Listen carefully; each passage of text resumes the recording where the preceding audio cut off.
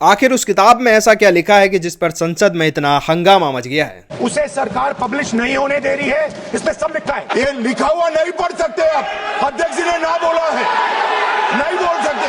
बिल्कुल नहीं, प्रकाशित ही नहीं, पुस्तक प्रकाशित ही नहीं। जिस बुक पर इतना हंगामा हो रहा है वो बुक है जनरल मुकुंद नरवणे की लिखी 4 स्टार ऑफ डेस्टिनी। दरअसल 2020 में जब चाइना ने भारत की गलवान घाटी पर हमला किया तो उस समय मेजर मुकुंद नरवणे कमान संभाल रहे थे भारतीय सेना का। उन्हें पता चलता है कि रात 8:15 पर 4 चीनी टैंक रिचिनला की तरफ बढ़ रहे हैं। यह बात उन्होंने अपनी किताब में लिखी। उस किताब को लगभग 2 साल हो गए हैं और भारत की सरकार और सेना ने पब्लिश होने से रोका हुआ है, क्योंकि उस किताब में मोदी जी और राजनाथ सिंह के बारे में कुछ तीखी और ठोस बातें लिखी है।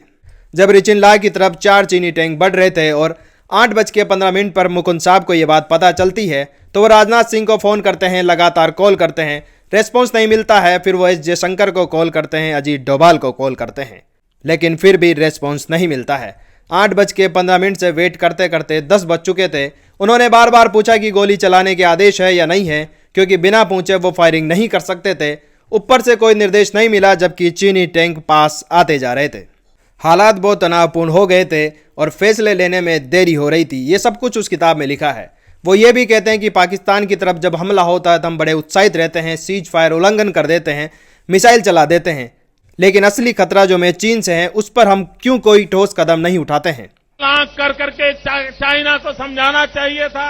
डूब मरो मेरे देश की सरकार चलाने वालों, डूब मरो, आपको शर्म आनी चाहिए।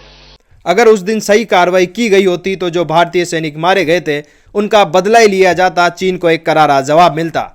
अब गलवान पर पिक्चर आएगी, देश प्रेम को प्रमोट किया जाएगा, लेकिन जनरल मुकुंद की किताब की जो सच्चाई है वो सरकार आपसे छुपाती रहेगी।